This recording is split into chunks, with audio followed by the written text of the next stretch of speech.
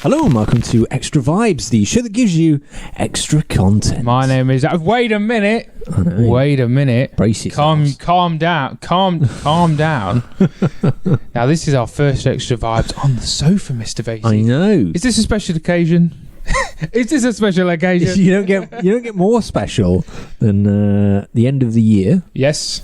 Of course. 2021. Yeah, we thought that we'd have our own kind of awards ceremony. Yeah, the first ever Beyond the Vibe podcast yearly awards, yes, for 2021. What do you reckon this year's been like? Because obviously we've had COVID's still very much coming and going. We've had the reintroduction of live music, but then obviously towards the end of the year, as bands have been touring, it's kind of been a bit starting to get a few problems. Yeah, I know the Bad Touch and Piston guys had to cancel some shows. I've seen it kind of around, and I think as well some artists have obviously released some fantastic albums. Some have kind of pulled back a little bit. I think back to Senjutsu, and that kind of came out of nowhere. Yeah. So maybe they had it in their back pocket and they were trying to wait up. Like, how do you see the year as a whole, Ryan, with music in general? I think this year has been kind of one of those years where it started off as a recovery year. So I think a lot of bands were kind of like, we just want to get out and tour. Yeah, mainly kind of touring stuff that perhaps they released the previous year, which we don't usually see. No, that's a whole new dynamic. Yeah. But as it's gone on, we've started to see mainly kind of the second half of the year, bands touring new material. And I say new as in like released this year.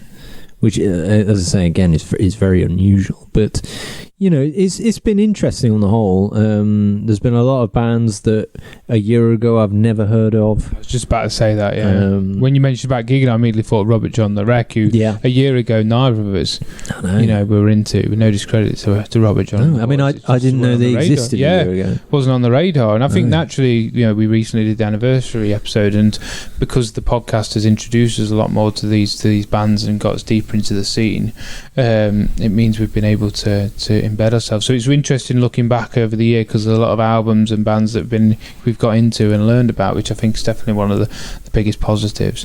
I think for me, the hunger that live music's got again is one of the biggest things. Like people straight after COVID, like obviously we did a tour with Black Water Conspiracy, and to see the amount of people at shows and coming out, and because I was a bit worried there might be a bit of trepidation there, because it's obviously the virus was still lingering, and it's would people come out, would they take the risk? But people I think just missed live music so much they wanted to come out in the droves to support it, which I think is a massive positive, and hopefully will continue.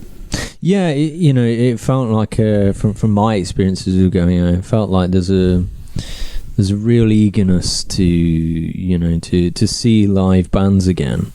And that includes the support band. I remember many a time where I'd go into a gig and you go, I go in at the start and the support band comes out and there's like half a crowd.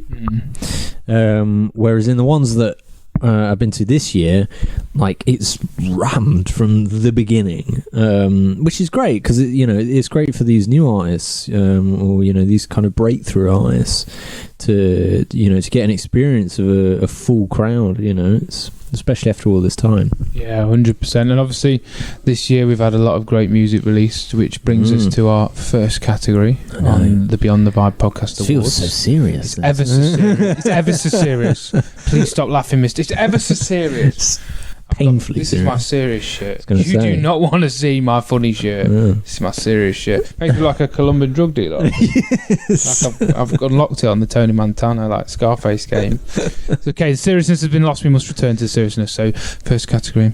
The first category kind of related to our conversation that we had in last week's Extra Vibes. With Missy Lee Graham. I know. 4 days long. Yes, our bumper 2-part thing where we discussed the top 10 albums of the year. Individually. Yeah, our kind of own personal opinions.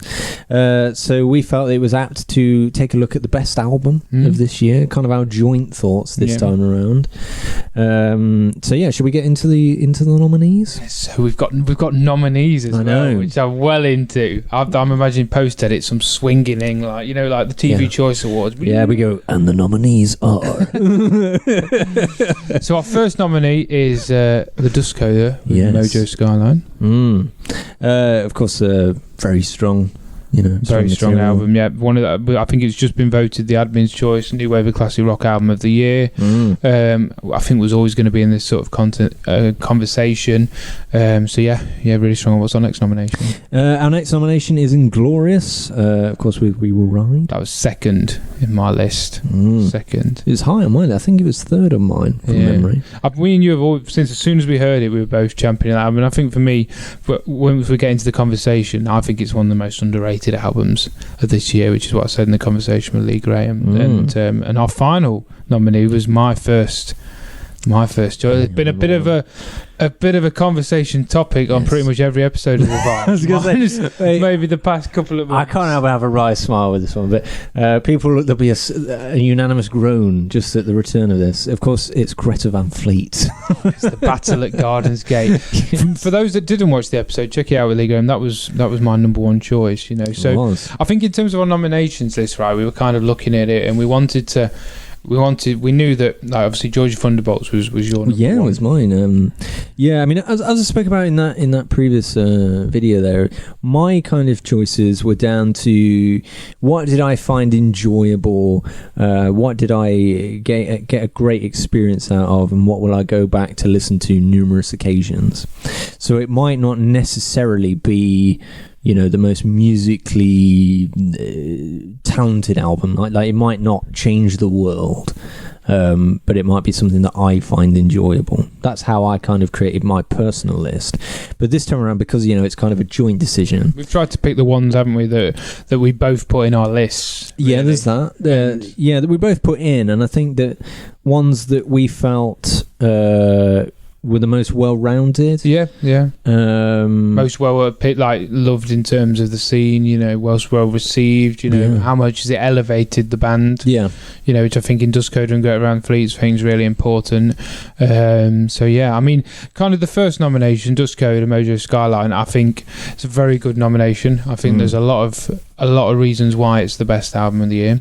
I think from start to finish is superb. There's not a poor song. It's not a song I skip, which is a massive thing. The only thing I find with this album is that I don't think there's a song that elevates it. There's not a single like a Stairway. I know that's a big claim, but for a fantastic album, you have songs that rise it from the rest of the crop. Like a Welcome to the Jungle, Guns N' Roses. Like something where it's going to be around for. And the thing is with this album though, the songs that I think will be in the Just Go to set list for 5-10 years on this album, I agree.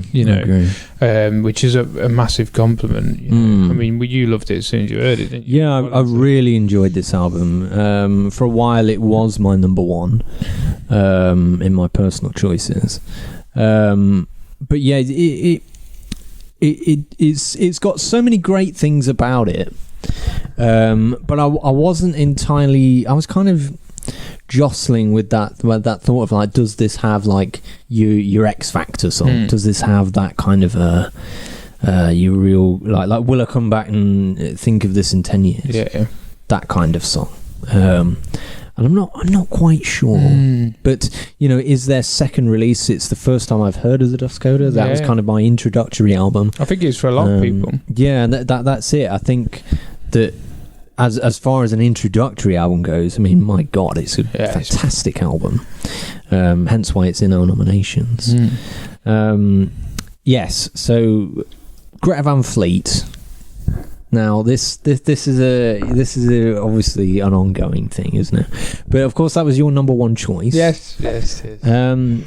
For those that maybe didn't watch the video or wasn't quite sure, why was it your number one choice? I kind of summed it up in the video really by if like I always try and think of it for somebody that's never listened to the band before, never heard what's come before, doesn't know anything about the band, just pick the album out. And I showed it to my mate Lou, who's a really cool guy, and he listened to it and he was like, this is unbelievable, this is like, where are these guys? This is fucking awesome, It got so many layers and so many different textures to it, it was cool and it was different and it was exciting. and that's all the feelings I have towards it. I think it really pisses me off that people still have the Led Zepp tag with them. It really upsets me because I think they've moved on and developed from that. I think there's little nuances in there. I think subconsciously it's hard for us to remove ourselves from that at this point. Yeah. But I do think they're starting to form into their own band. Do I think it's the greatest album of the past 10 years? No. But for me personally, it's my favourite album of the past year. And if I picked it out of a record collection at a charity shop and I was going through and I picked it up and I thought, oh, this looks cool, can I try it on the record player, in this fantasy scenario I've created, and it put it on, I'd think, oh, this is cool, this is really cool. And I think it's not as been highly received, maybe just because of what's come before and people's own preconceptions of it, maybe, which all gets involved. I think that there was this huge anticipation, and I think in people's minds they were expecting more of what came previously. But kind of the first EP/album. Yeah, the first EP and the first album. I think they were expecting more of that, but kind of on another level. Yeah. Whereas I felt they did kind of take a bit of a different direction, which I do respect them for. I mean, when I first heard this album, I thought, not so sure about this, but from a musical standpoint, I think they've progressed massively. They're still a very young band, and they show a lot of tremendous promise. And are there tracks in there that you go back to? I would certainly say so. I think Weight of Dreams, the final track on the album, is very strong. I think that'll be a mainstay on their tours. I've seen some live recordings of that, and it looks like it's on another level live. Yeah. So yeah, it's really tough. How do you stick that? So out of the two nominations so far, because basically what we're doing, ladies and gentlemen, is we've not decided this beforehand. No. We wanted you to have an insight into that. This is our thought process that we're literally going through. So, because to try and find a nomination, rather than do some big reveal and then drop it, we wanted to get some nominations and have a chat about it and try and come to a consensus between the two of us. So with that in mind, before we get into Inglorious, which album do you think's better, Mojo Skyline or Battle at the Garden's Gate? I mean, obviously they're different tonally. Very different. I struggle with this in my mind, and I put them first, so I was just interested to get your opinion. It's for me, I feel that Mojo Skyline is more of a well-rounded album. I think it's snappier and it's got more, it's just more catchy. But I don't think Battle of Garden's Gate is designed to be like it's not trying to be catchy or that kind of thing. I think it's trying to be epic, and I think in some regards it does do that, but I think there's too much epicness there.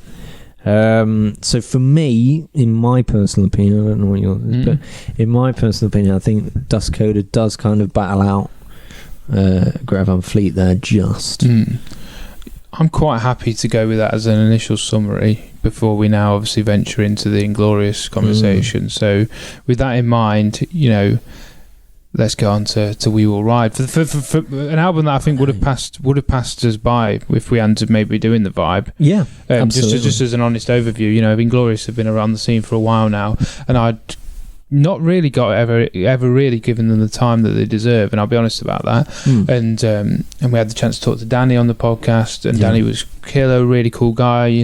That first single when that came out, She Won't Let Me Go. Yeah. Straight away that grabbed me, and I thought, I like this. This is cool. And for me, again, minus one song, which is Medusa, but I've come to love that in its own way. From start to finish, I think it's quality, and I think it's elevated by the fact that I think musically it's stronger than the Dust Coder, and it has more texture. The Dust Coder, from start to finish, it's an absolute awesome, very well written rock album. There's a few ballads in there, but it doesn't rise onto that next level. Whereas Greta Van Fleet's, it's like that. Whereas Inglorious, it feels like it's that. There's a constant. Just this constant sort of higher level of musicianship. I think Nathan's developed, you've said it many times on the show, developed very well as a lyricist and as a songwriter, and Danny and Dan coming in as the new guitarist has just brought a whole new energy. I think it's a fantastic album. I really do. I think, as you said there, I think it is probably the most well-rounded album, start to finish, and I think tonally, it's very consistent throughout, but it has enough variety as well. I don't lose interest from start to finish. And much I love the Dust Coder one, towards the end, even though it keeps kicking me again, giving me that boost, it's because there's not as much variety. I do find myself a bit lost, If we're to be hypercritical. Yeah, I mean, these are what we think are the 3 best albums of 2021. So we're not. It's the small details that separate it. This is it. We have to look at this.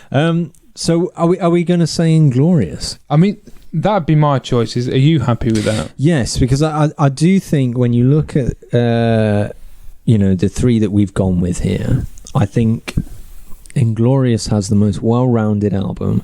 I think it has a perfect balance. It actually, in many ways, it kind of has the balance between the two here. You've got your Greta Van Fleets with essentially an album of epics, and you've got your Dust Coder with really snappy. Both bands could do with taking a bit from each other. I was going to say both could do having a bit from each other, and I think Inglorious kind of just hits that sweet spot right in the middle there. Yeah, it's got its epics, but it does also have those snappy kind of single songs that I think every band kind of needs as well. So I think we've reached a conclusion. We have indeed. That wasn't too hard. I thought that might be a bit harder than it was. It flowed beautifully. And yes, so our best album of the year is Inglorious, We Will Ride. We've just announced it now. All right, so moving on to our next segment. Yes. Best UK band.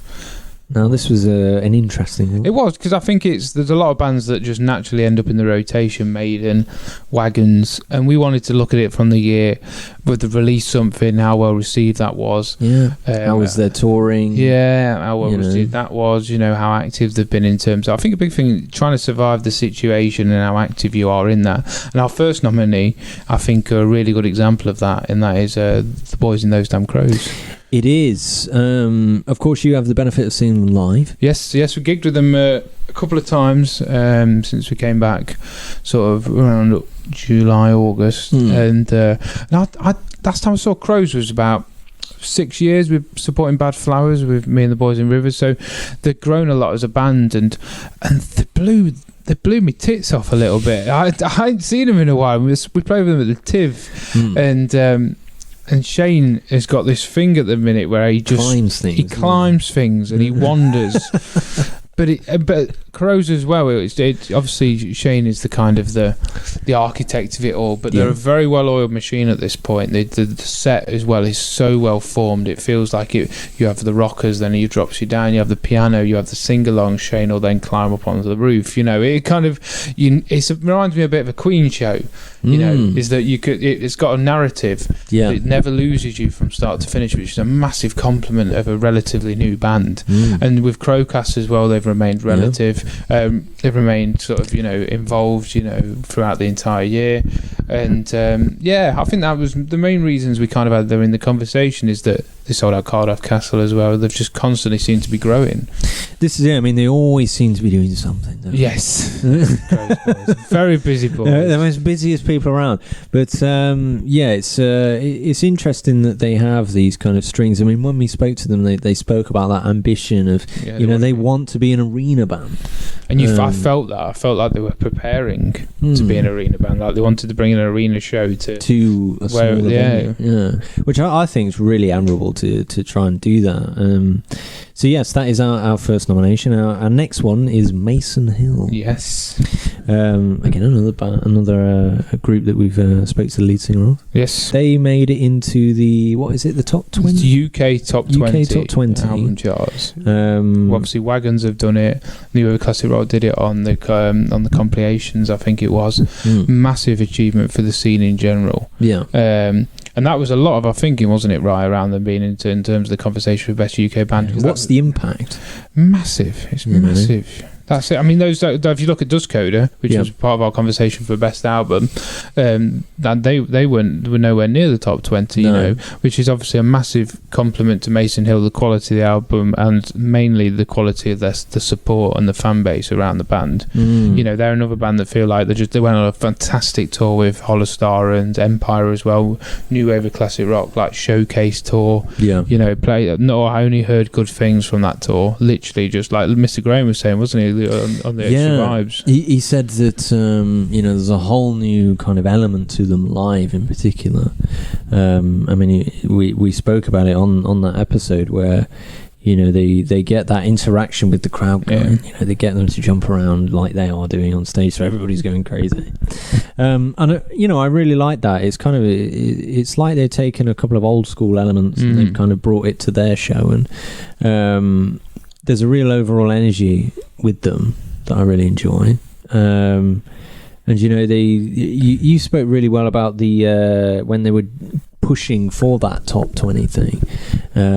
They had this live stream, didn't they? Yeah, I jumped on it. I think it was on the Saturday and the chart came out on the Sunday, and I just jumped on it. I think Joseph was on it, and people were commenting, and I was really into the enthusiasm. People had been on it for about 4 hours, and they were still involved. Still had like 100 people commenting, rebuying stuff, just supporting the band. And I remember thinking, this is killer. This is what, you know, it's about. You see with Wagons, you know, fan base is the key to taking a band onto that next level, you know, but the band also loving the fan base and being a part of that, you know, and embracing every aspect of it. And it just seems like Mason Hill are fully into that. You know, some people might be saying, why is the album not in our thing? Well, that's mainly because our top 3 nominations we feel are better than the actual album, but as a band, what they've achieved this year I think is really strong. And our 3rd nomination is Florence Black. Yes, of course they released their album Way to the World. Late in the year. Yeah, I think it only came out about 2 months. Yeah, it's very recent. Very good album. Very good album. Very good album. Mixed very well. It mixed very well, yeah. Absolute barnstormer. It's got ballads on there. It kind of comes and goes. They obviously had the tour with Phil Campbell and the Bastard Sons. Yeah. Tristan's just won best UK guitarist on Music Radar. So it feels like they're kind of really pushing. They've just got the Chris Barris support for next year as well, you know. Yeah. So, again, as we said before, these are the things that come into me and Ryan's mind when thinking about the nominations. How has the year been? How have they kept themselves relevant? What have they released? The quality of that, the tours for this year in particular. And Florence Black, we kind of couldn't not have in the nominations, could we? Yeah, we felt that you know, they really deserve to be there. They're a band that's kind of been brewing for a while, and I think this is the year where they have really pushed themselves forward. So yeah, it's been quite interesting. I think that Phil Campbell slot is a particular highlight for them, and it'll be interesting to see where they go forward. But of course, we have to get to the difficult nitty-gritty. Yeah, we're doing it a different way this time as well, because it's like, which is because of the sporadicness of me and Ryan just naturally having this sort of convert on the sofa as we would, you know, normally on the late nights. Chaos. Yeah, I mean, I think if we look at, obviously, Crows haven't released anything this year. Yes. You know, that could maybe be involved in the conversation. You know, they've gigged quite a lot, they've not toured, you know. Yeah, a lot of gigging. But not toured. Florence Black have toured, released a killer album. Mason Hill have toured, released a quality, a very well received album. Does that mean we eliminate Crows from the conversation, Ryan? I mean, how's your feelings around that? It's very difficult. I mean, it kind of ties in with what we said at the beginning of the show there, where, you know, you've had bands that are touring an album from the previous year because they haven't been able to tour that. That's a little bit where Crows are at, isn't it? Yeah, and I think the Crows fall into that category. The reissue came out this year. Of No Point, No Return. But I think it's because we're judging it on this year. I feel absolutely no discredit to Crows.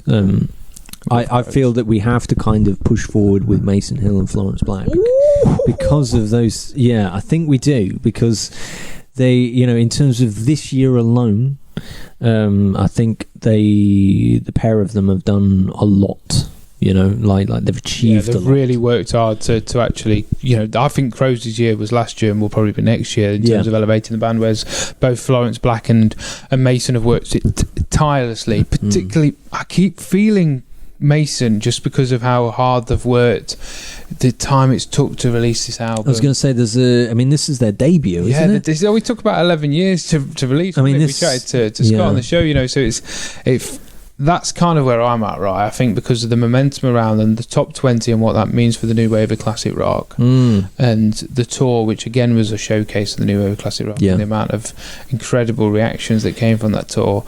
That's where I'm at. But at the same time, Florence Black's album, I actually personally think was stronger, and they had a fantastic tour with Phil Campbell and the Bastard Sons. So it's a difficult one. It's difficult. I mean, I think the thing that I'm being drawn to Mason Hill because the thing for me which slightly nudges them ahead is, you know, they haven't just done it for themselves.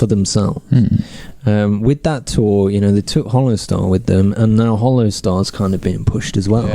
It's like they're dragging other people with them. The momentum this momentum that's going on, and it's interesting, you know, them having a debut album that's gone straight into that top 20. I mean, I have to think hard now to think what other bands particularly in this scene has done that. It's only Wagons. This is it. There's only one other band. So for me, I have to say Mason Hill. I don't know about you. I'm quite happy to reach that conclusion. Are we saying Mason Hill? Yeah, Mason Hill. Right. So, I mean, these are some big calls. I'm enjoying it. Our best UK band is Mason Hill. Then I love it. Absolutely love it.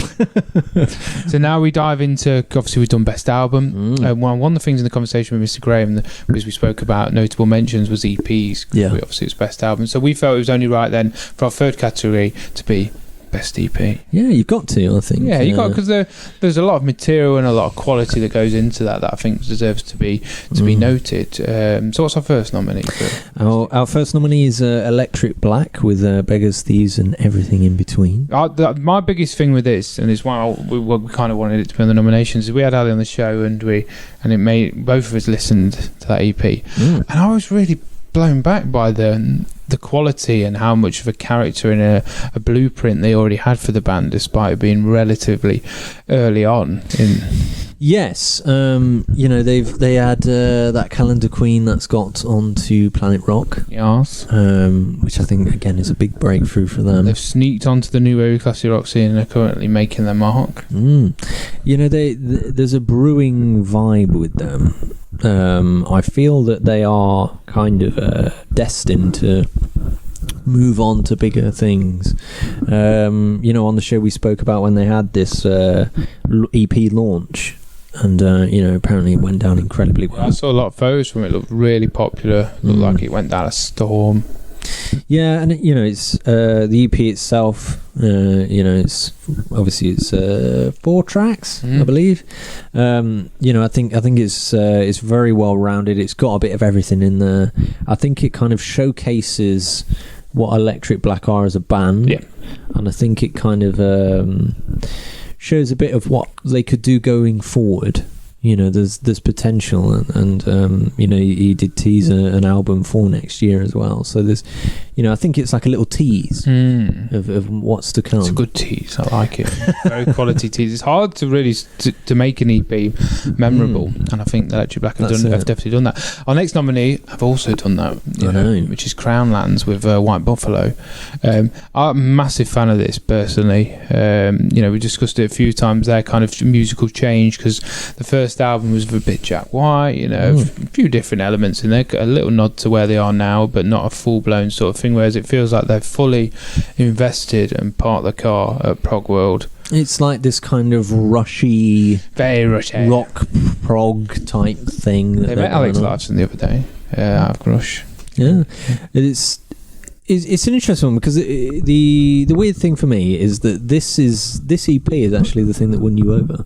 Yeah, I weren't sure about them. I liked them. I thought they were cool, you know, and I thought the vibes and the music video, everything was great. But I don't know, it's just you were really into them, weren't you? That was very much kind of what sold you, that initial sound. Where when the more progressive sound came with this and the Context Fearless EP. That came out that was very Rush earlier in the year, but particularly this, it was like, okay, I felt like it was just a bit more cemented in terms of an identity, because I think before they flickered between 3 different sounds, which was really cool, but I struggled to attach myself sometimes to a band that does that, because I'm like, well, you know, show me what you feels like they were in that experimental state. We don't know kind of what we are yet, and it's amazing that they're able to do that with such quality. You know, I think that's a testament to them, whereas this is very much their sound. There's 2 of them doing it, which is insane. It's ridiculous. Singer's playing drums, you know, it's mental.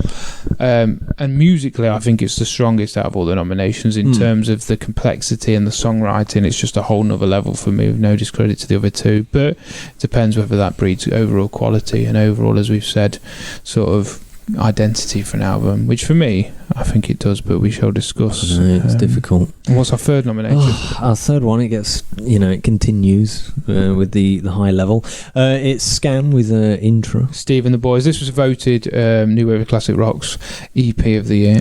It was, so of course that's a pretty solid accolade to start with. I mean, it was a thing that's a part of their kind of 2-part EP. Interesting concept, to be fair. I haven't seen it done before. No. You know, this was the one that was earlier in the year, Intra, and then they released another one later in, I believe, around October time, called Venus, of course. Intravenous, think about it. See? He's screwed on, this lad. Watch him. Watch out. But you know, it's been very well received. You know, they're one of those bands that's kind of they've been around for a while now, haven't they? I see Scam as a bit like the Saxon of New Wave of Classic Rock. That's a compliment, Steve. Just so. I mean, Steve classified them as the Tank. The Tank. I mean, that's less complimentary, to be fair. No discredit to Tank. I know. But they have that. They're like the forefathers of it. I mean, Scam have got a killer fan base. Always give a great show. Always on the scene. I mean, the EP is really strong. I think Scam are still developing as a band, which is really cool considering how long they've been around. But my only thing is very much Scam kind of, you know, doing Scam. It's just kind of Scam doing Scam a bit better. Whereas it doesn't set me alight, with no discredit to Steve and the Boys, as much as it's like a further progression. Yeah, exactly. Whereas I think maybe the other 2 are kind of, you know, you've got Crownlands who have seemingly fully developed their sound with this EP, and I think the EP stands almost as on its own a little bit, you know, whereas I think with Scam I'd have been looking for maybe the 2 EPs to be together and just be a really strong album, whereas the EP White Buffalo feels like it's its own thing completely, you know, like it can set aside, it can be its own thing separate from an album, you know. It's a difficult one. It's a hard one. As we said, but the Electric Black thing, I also credit how much of a fantastic first step it is for the band. You know? Yeah. For me, I'm more in the Crownlands. I don't know if that's coming across, but I'm not. I want to know your opinion so we can reach that compromise. It is very difficult. I think, you know, I'll be honest. I think Crownlands.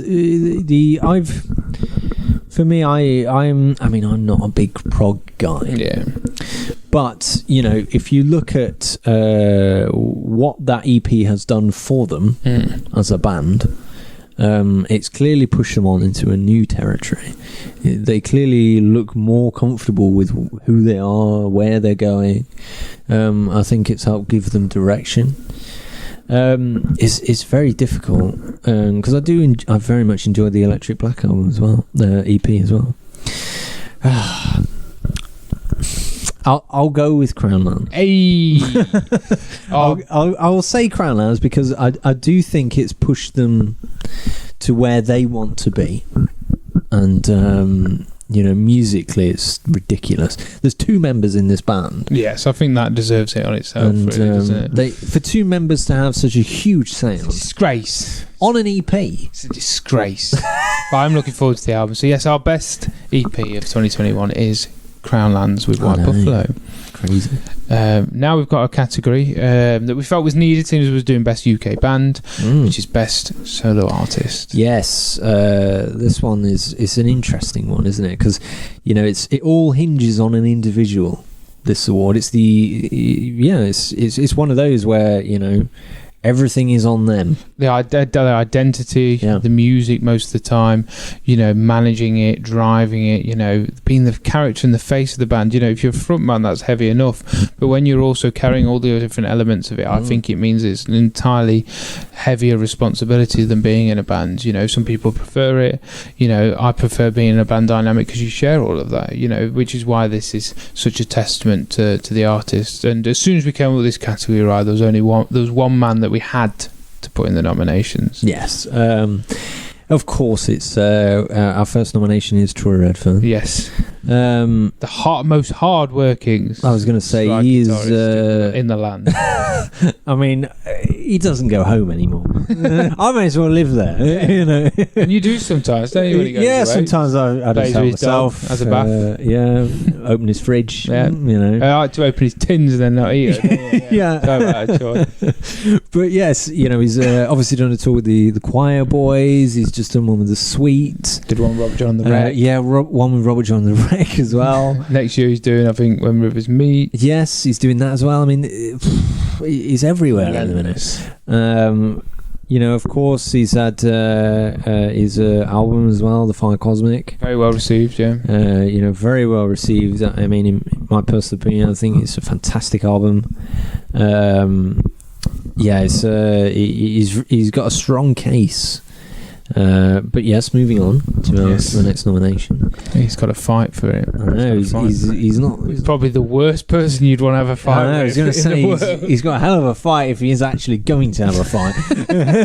Because our next nomination is, of course, Blaze Bayley. Yes, we obviously have Blaze very recently on the Vibe, and a lot of it was reflecting on the fact that Blaze has kind of come back. And this year in particular has been a phenomenal year for him. Obviously, the most recent album, War Within Me, very well received.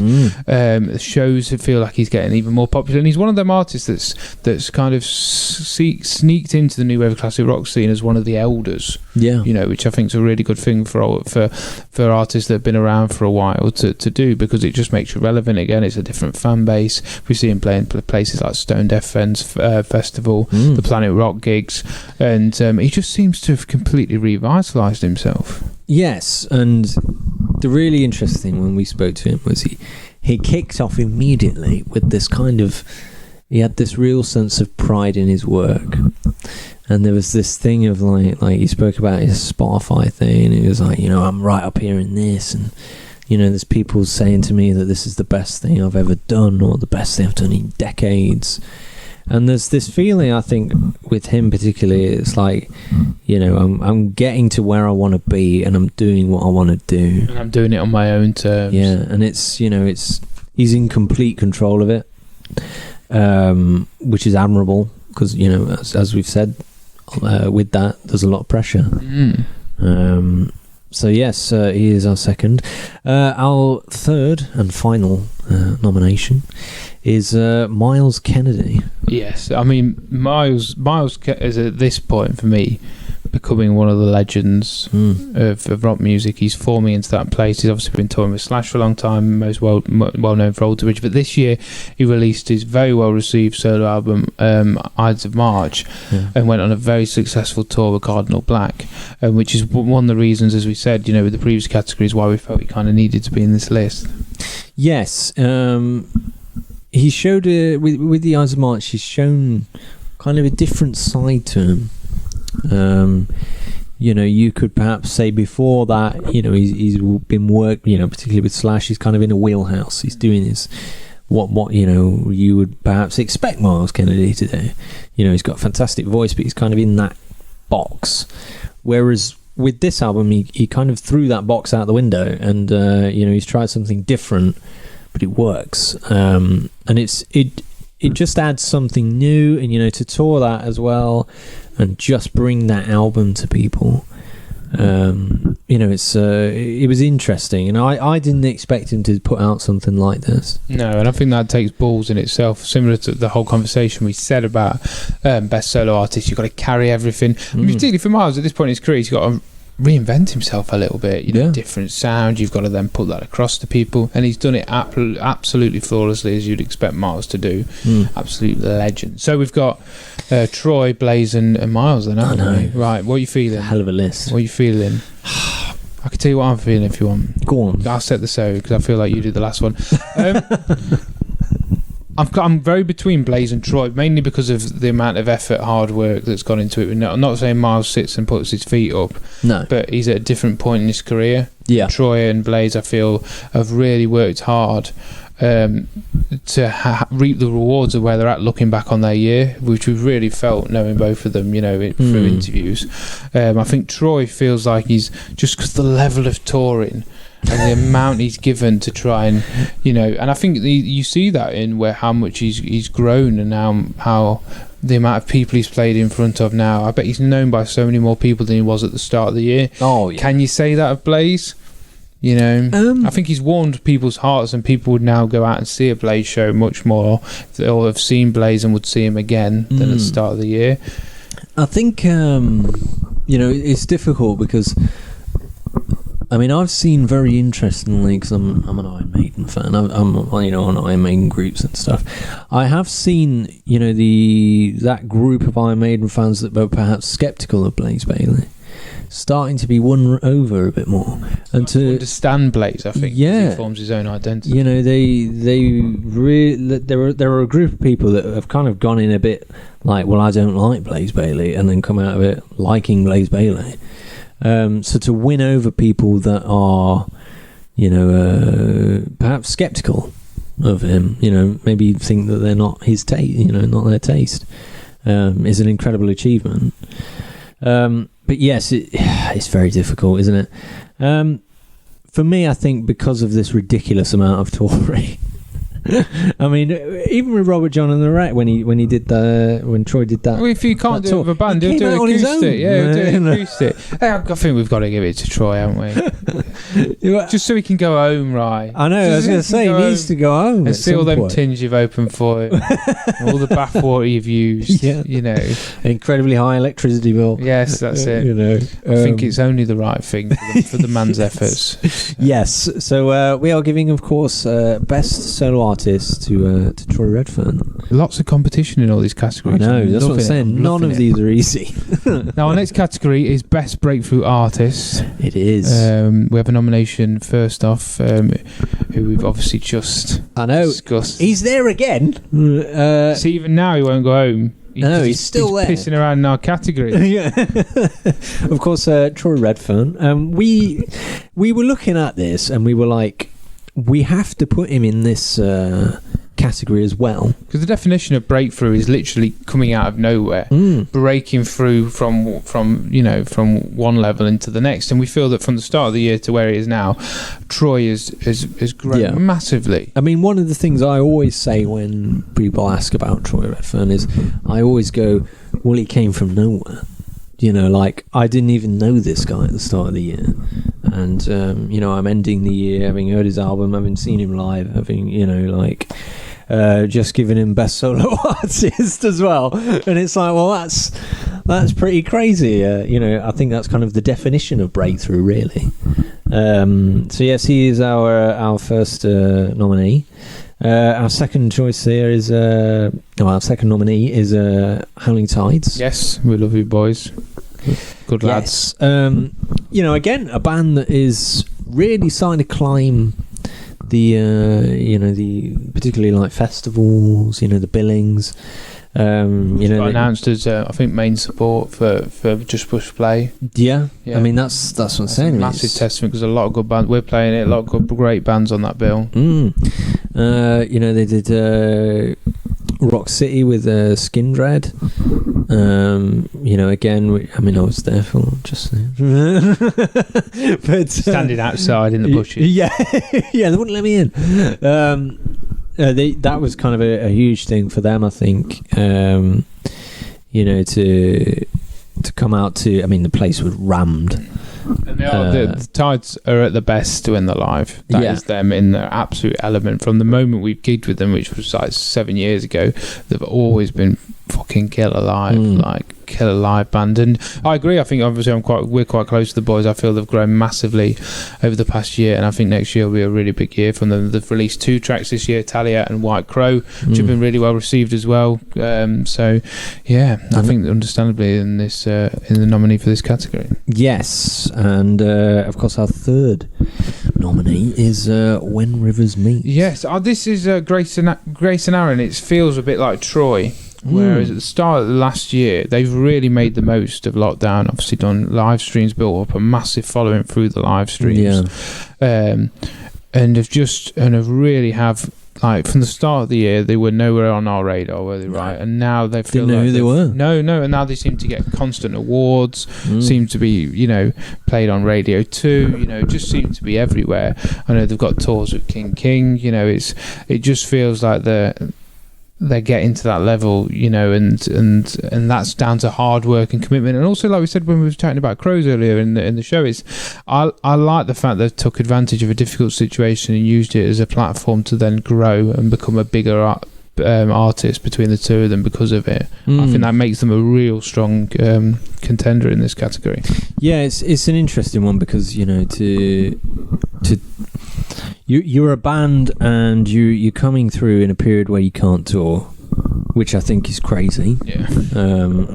I've never seen anything like that. Standard. And to build up a following through just doing live streams is ridiculous, quite frankly. It's how does that even work? I kind of feel like we should give it them just for that, because they only played about 2 gigs, didn't they? Yeah, they'd done about, prior to the live stream stuff, they'd done about 2 gigs max. That's mental. And then a year later, they're coming out and they're doing supports for like King and. I think that makes it, because Tides and Troy have been around for a long time and they've been steadily growing, and there's there's this like burst. Yes, but I think with When Rivers Meet, it's literally like they began and then there's a burst. Yeah, there is this kind of immediate burst, but in a very unconventional way. I think to see that, we can't tour, what should we do? I know, we'll live stream every week. And then it's worked and actually been used as the best possible platform for them to gain popularity. And then release albums. Yeah, very well received album. Yeah, great loads of Planet Rock airplay. I mean, I don't know any, when I think about it, I don't know any other band that has been able to release successful albums off the back of a bunch of live streams. Yeah, exactly. They're a band for this time and this situation and making the best out of it. It really is. It's kind of making the best of a bad situation. How do you feel about that? Are you closer to Tides or Troy? It's difficult. I mean, I think all 3 could easily be given this award, but I think for me, I have to look at When Rivers Meet because of that. They probably, as I said, they've done estimated around 2 or 3 gigs max, and then just did a load of live streams. Definition of literally breaking out of nowhere, and then still breaking through despite all of these kind of setbacks that you're handed. Cool. I think that's a solid choice. So our best breakthrough artist is When Rivers Meet. I know. Crazy. Shocking. Yes. So moving on. Interesting category. Best international band. Yeah, it was a difficult one, this, I think, right? Because obviously, the bands haven't been gigging as much.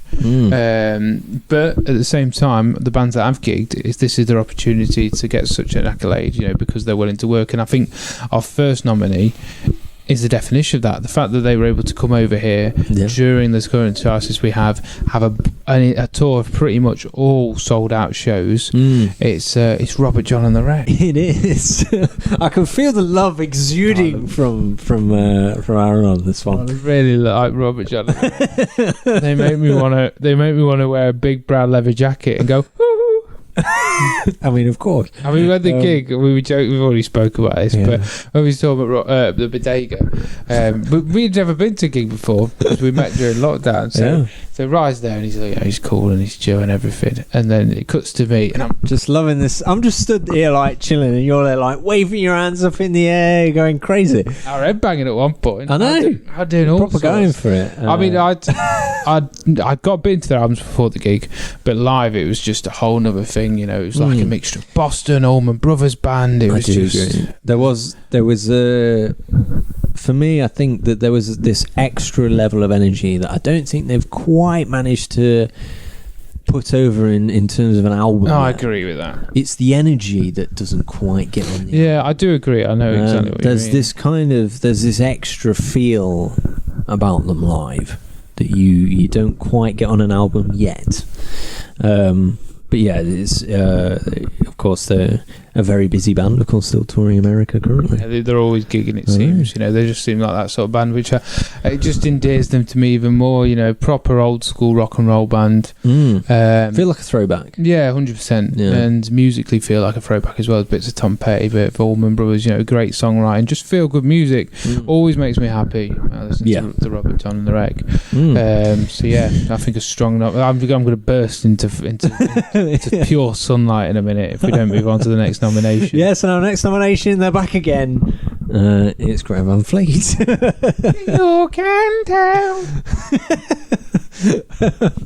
You know, we had a look at them, and they're one of those that over the last few years they've been kind of one of the bands for like new classic rock. Yeah, there's a reason people have all the conversations that we have with them. You know, because they're always around. Yeah, they're always progressing, and this year in particular feels like you say, Battle Gardens Gate, new direction, bit of a new identity. Please, you know, basically saying, take us seriously. This is who we are, and we want people to hear us. You know? And it's an interesting thing because I've noticed that this year in particular, they've started to really break into the mainstream audience. You know, I mean, I've seen online, in particular in America, they've done stuff on like Jimmy Kimmel. Massive shows, these are huge prime time shows that they're going on now. Which I think it's really interesting that they're able to bring that kind of new wave of classic rock to the masses. Yeah. Really. So that's kind of one of the main motivations for us putting them in there. Yeah. Our third one. Good category for me. This. I know it's a very strong category. Is of course the Foo Fighters. Yes. Right, favourite album of the year. I mean, it's not necessarily just about the album with this category. The thing with the Foos is they feel like they are one of the most hard-working bands in rock and roll. Yeah, you know, released one album, which seemed like it was very well received. I mean, most Foo Fighters albums are. That's what you get. You know, you can only get that promise of quality at this point. But that wasn't enough. They also had to release a Bee Gees cover album. I mean, this was the most if you were to ever define the word curveball, like you know, we wasn't expecting this. I think a Bee Gees cover album from the Foo Fighters would probably be the definition of that. It's fantastic. Absolutely fantastic. I mean, I've always got love and respect for the Foos because I just think they're one of them bands I've never had the pleasure of seeing them, but I think if I did, they'd deliver and give me everything. And every year they just seem to work harder and harder to do that. They seem really comfortable in themselves. Yeah, I mean, you've got to be to do a Bee Gees cover. Yeah, that's it, because it's ballsy. Yeah. You know, they know that they've got the room to do that in their careers and just want to express themselves creatively and have a bit of fun. You know, and I always admire that. And that was my main vibes with their most recent album as well. My only problem with the Foos in this category, if we're looking at how to find the end of this road in this decision making, is they're a higher band. You know, they've obviously been around for a long time. Yeah. Even though they worked very hard and have got there, at that point they are there. Yeah. They could very well be the best international band.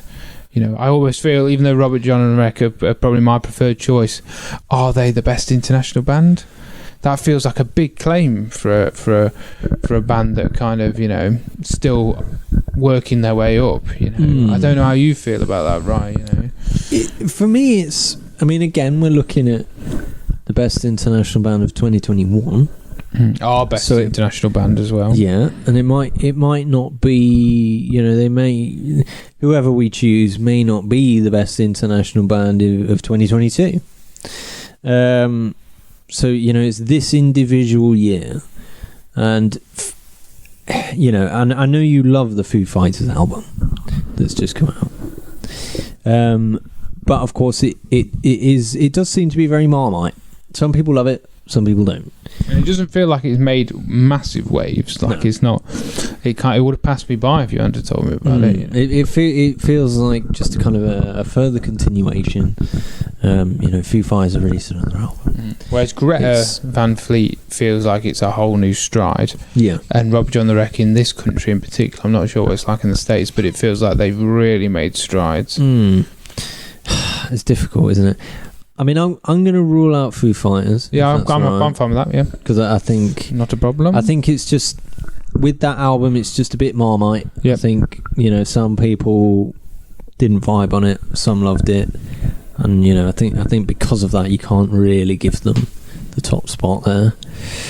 Greta Van Fleet and Robert John. Greta Van Fleet, I don't think they've heavily toured the album yet. They plan to do it next year with Rival Sons. Yeah, no, I mean, what a mental billing. Crazy. Do you want me to say my vibe? I know where this is heading. Go on. I'm thinking Robert John the Wreck. Yeah, I mean, my heart says Robert John. Does your head say Greta? Well, my head says that. See, I think Robert John are very close to being the finished article. As I said, I don't think they've quite conveyed their live experience to an album yet. And I would still agree with that. Yeah, but I think Greta Van Fleet have kind of more of a journey to go to reach their finished article, whereas I think Robert John, they are kind of, it's small margins. So I think they're close to it. So I'll give you that. I think Robert John and the Wreck are our best international band. Well happy with that. Absolutely well happy with that. Now I've got a bit of something different now in terms of our best vocalist of 2021. It's always an interesting discussion with best vocalist because I think we both have different types, different sort of preferences, different things that we enjoy. And our first nomination, I think we spoke about him earlier in the show, is someone who's got an amazing voice and is now also an incredible performer and captures the audience and puts them in the palm of his hand, which is a massive part of a vocalist and a showman for me, and that is Shane from Crows. Yes, of course we spoke about his vocal ability and him and his love of climbing things. Yes. But he does. All that aside, he does grab you. I mean, you can't go to a Crows show and not be in the palm of his hand. Yeah, does that make him a great vocalist? Definitely makes him a great frontman. Yeah, and there's no questions around his sort of his vocal ability. And obviously the Crows, as we said, have made quite a big step. I mean, Shane in particular has been singing in the We Will Rock You, the Planet Rock tribute to Queen as well. Which is really cool. So it's kind of that further elevation of Shane as well as Crows. Yeah, of course. With this being an individual award, it's kind of what do they bring? Maybe not just to the band, but to the rock world. Yeah, just to the scene. Our second nomination is Nathan James. Yes, we've now voted Inglorious We Will Ride as best UK album. Yeah, deservingly so. And one of the things we noted in that was Nathan James lyrically and vocally has grown a lot since their first record and with this album. And I just feel like as well, obviously with Inglorious, I want to get this out on the table. I want to get this out because it's the elephant in the room. People have difficult vibes with Inglorious because of past things that Nathan has said or done. When we interviewed him on The Vibe, we discussed this with Nathan, and he put it across really, really well, despite it being a difficult conversation. And one of the reasons I think the album in itself is underrated is because I think people haven't given it the time and therefore I think then aren't giving Nathan the time, as a vocalist. If you just rate him as a songwriter and as a vocalist, he's one of the best on the scene. It's what do they bring to the band? What do they bring to the scene as a whole? As we said when we were talking about Shane, and I think Nathan is one of those that's way up there on the list. He's done that War of the Worlds thing recently. Yeah. But he's also involved in, I think, the Planet Rock tribute to Led Zeppelin. Pretty sure he did that recently. I'm pretty sure he was involved in the Queen one as well, along with Shane. Yeah. So it kind of puts him and Shane sort of head and shoulders. I do think Nathan is one of the best vocalists on the scene. I think he's absolutely unbelievable. His range is insane. I know. So yeah, I think he's again very deserved. It's tough. This category is tough because it's only going to get tougher. Who's the third one? Because our third one is John Drake from the Tusk. I forgot we did this. Yes. Oh, well, we saw. Yeah. Me and the boys in Rivers and Mr. Basie was there. We played with them in Knots a couple of weeks back, and they played this song off the first record, and John does this falsetto thing. Oh my god! And it's unbelievable. It's literally he's just you can see him, and he's just hitting it absolutely on point. And this is for, I would say, about 95% of the song is in this bar. It's madness. Vocally he's outstanding. On the record, on Mojo Skyline, his vocals just shine high. As a lyricist as well, he's a fantastic lyricist. People don't rate about that a lot, but if you listen to his lyrics, they've got these wonderful play on words and stuff, and he's a great songwriter.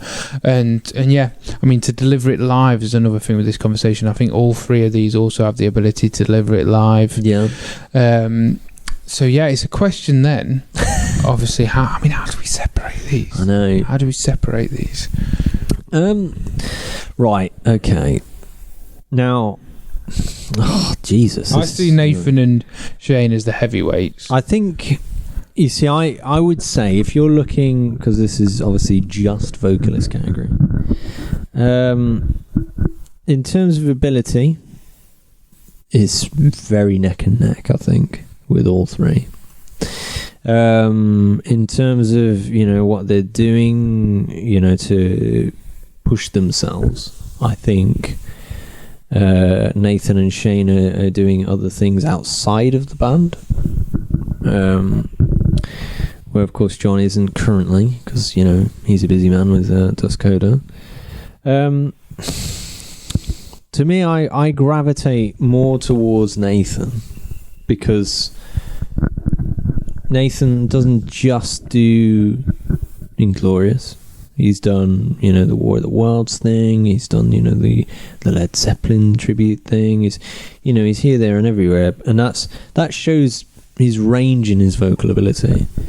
He's not just doing his own songs. He's singing other people's songs, and he's singing classic songs that people are coming into a gig with a high expectation, particularly Led Zeppelin songs. Like a lot of people they hold these songs in such high acclaim, and it's like if you don't do that justice, you're in a bit of trouble. Torn apart. Yeah. I mean, I'd be nervous because I'd butcher it. I'd love to see you sing Stairway to Heaven. I know, that's what I was beautiful. Get buried to that. I think all three of these have the capability for that range, but I think Nathan's just shown it more. Yeah. Okay, so we're giving it to Nathan James for Best Vocalist. Now it's a category very close to my heart. I know. Very close to my heart. It's Beyond the Vibes, Best Guitarist of 2021. Yeah. Obviously, I play guitar, so when I chat about other guitarists, I mean, I'm quite picky, right? I don't know if that ever comes across, but I love how Ryan went, yeah, you are, yeah. Well, I think it's one of those, isn't it? Where I've got my own standards. Well, if you're a guitarist, you pick up on things that perhaps I wouldn't. For me, it's kind of a simple thing of like, does it sound cool? Does it sound good? But there's nothing wrong with that, because I think that's a skill in itself as a guitarist. Because they've got most of the time, the majority of the audience aren't going to be guitarists aren't going to understand all the different sort of techniques and stuff that go into it, and it's mainly about how you put that across to an audience. And following on from our best vocalist, our first nomination is Danny De La Cruz of Inglorious. He's one of those, isn't he, where he's come into this band and he's just elevated them. 12 years old. Yeah, he's ridiculously young and he's ridiculously talented. Yeah, he's immensely talented. Of course, his writing, of course, went to their lead single, of course, with She Won't Let You Go. And I really feel the influence of, because obviously the other guitarist, Mr. Stevens, is also coming in with Danny for this new sort of guitar duo. But we particularly feel that Danny, because of the fact that Ryan stated, because of his age and the fact he's just burst onto the scene, and he's also been involved massively with bare knuckle pickups and Marshall as well, doing demo videos.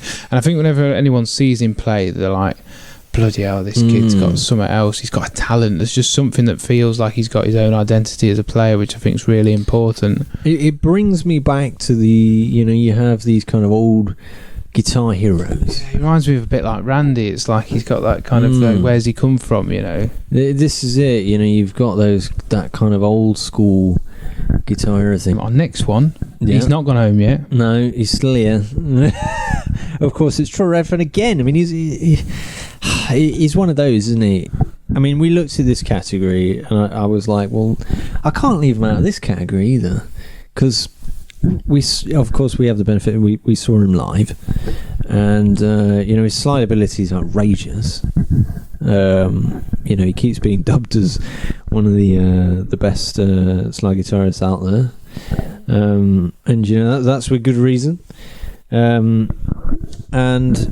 We've seen stuff of him with a band as well, with a full band, and again, it's he's shown that versatility. He's not just a slide player. Secret shredder. I know, he's a secret shredder as well. Bastard. I watched a live clip that somebody put in one of the Facebook groups very early after lockdown of him playing an outdoor gig when outdoor gigs were allowed. Yeah. And I didn't know Troy could shred. No. I mean, you were like, is that Troy? I was like, yeah. Troy, he's fucking shredding, man. Bastard, he fucking plays slide, if that weren't enough, and then he can shred, so and we've not been able to see him live with his full band yet, so I can't wait to see that. So yeah, I think just because he has variety as a player as well, slides, versatility.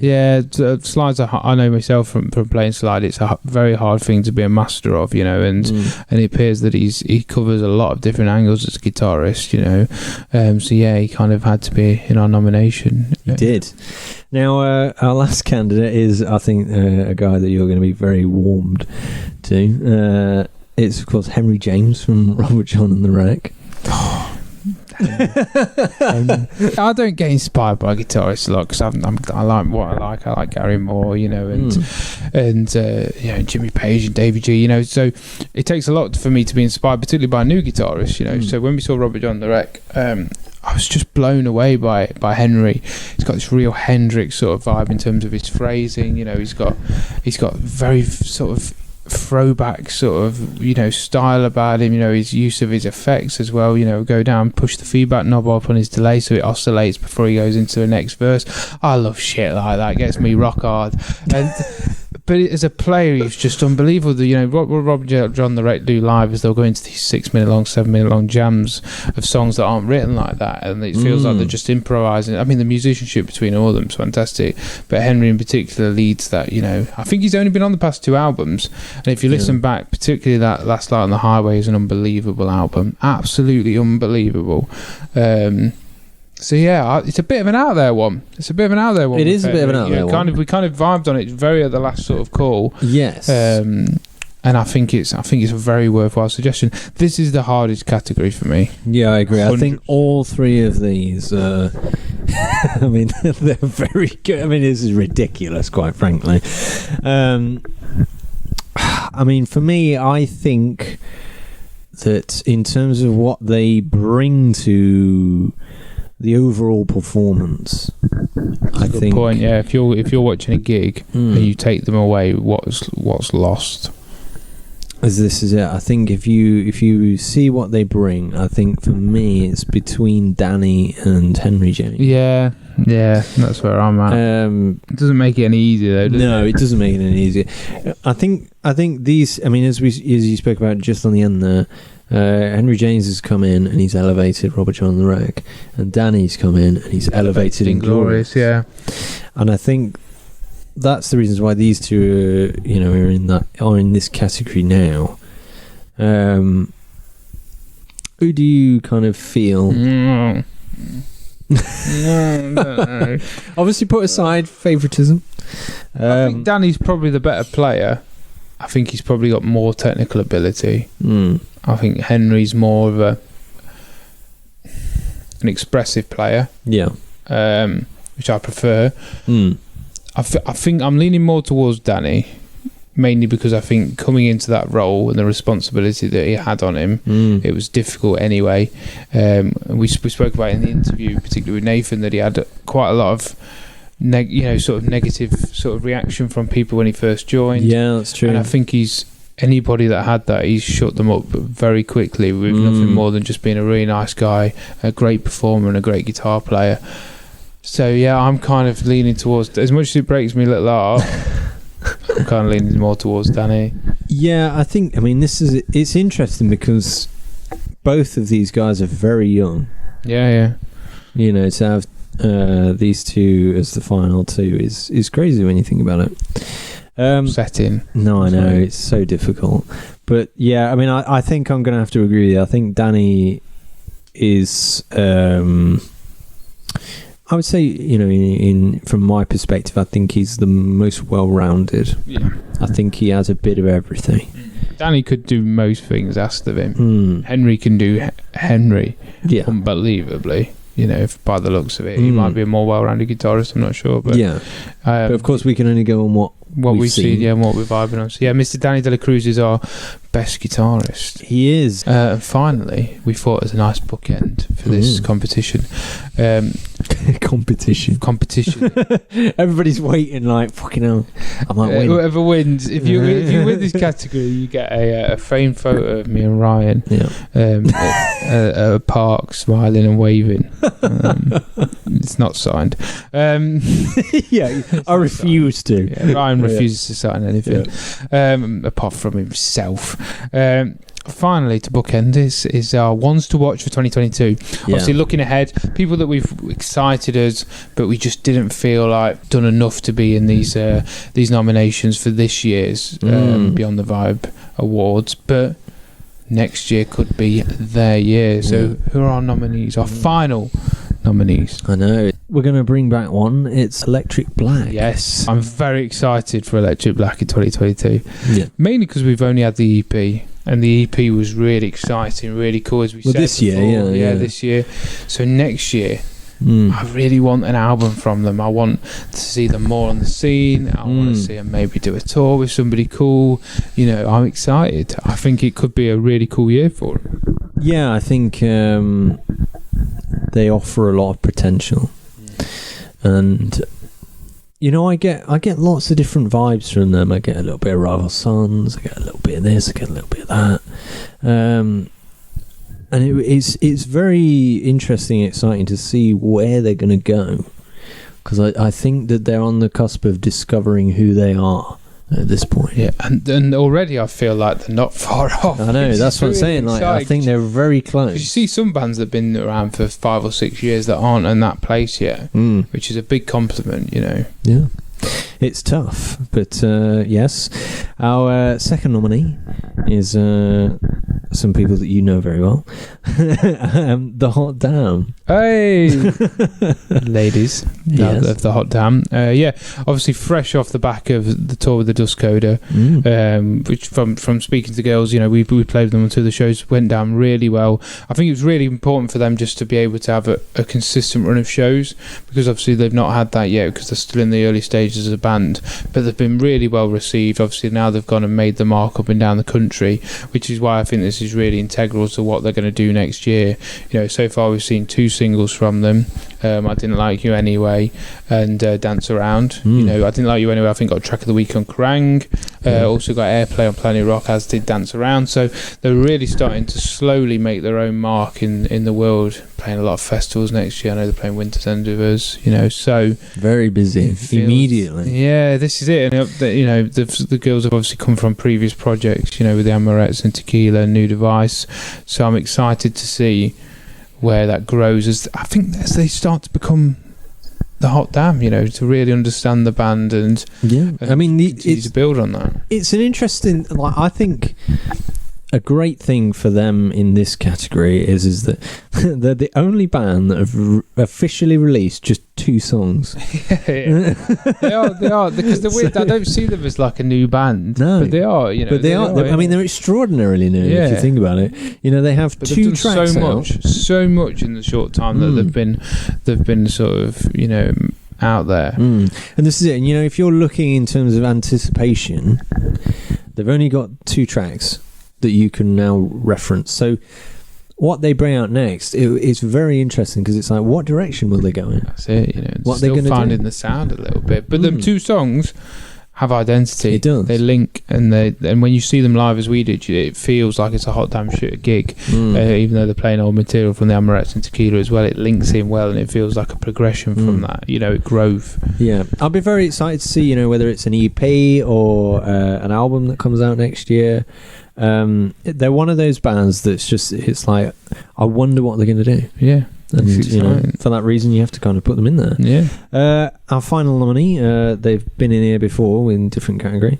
It's Crownlands, of course. Yes, yeah. I think even though they're a band that's obviously released a debut album, began to make sort of strides over here. I think the New Wave Classic Rock have started picking them up as well as ourselves. You know, in America it feels like they're, particularly in Canada where they're from, is they've made much bigger strides. I think with the reason they're in our ones to watch, and it shouldn't be confused, the ones to watch with breakthrough bands or anything like that. It's more about what have they done this year that's got us excited for next year. Crownlands have changed their entire sound. They've laid down an EP that's musically incredibly complex, but have got an identity throughout, and I think we're just excited to see where that goes next. It's interesting because, you know, it's in their bio at the start of this year, they said that they were going to experiment with new sounds and new things, in a nutshell, and try new stuff.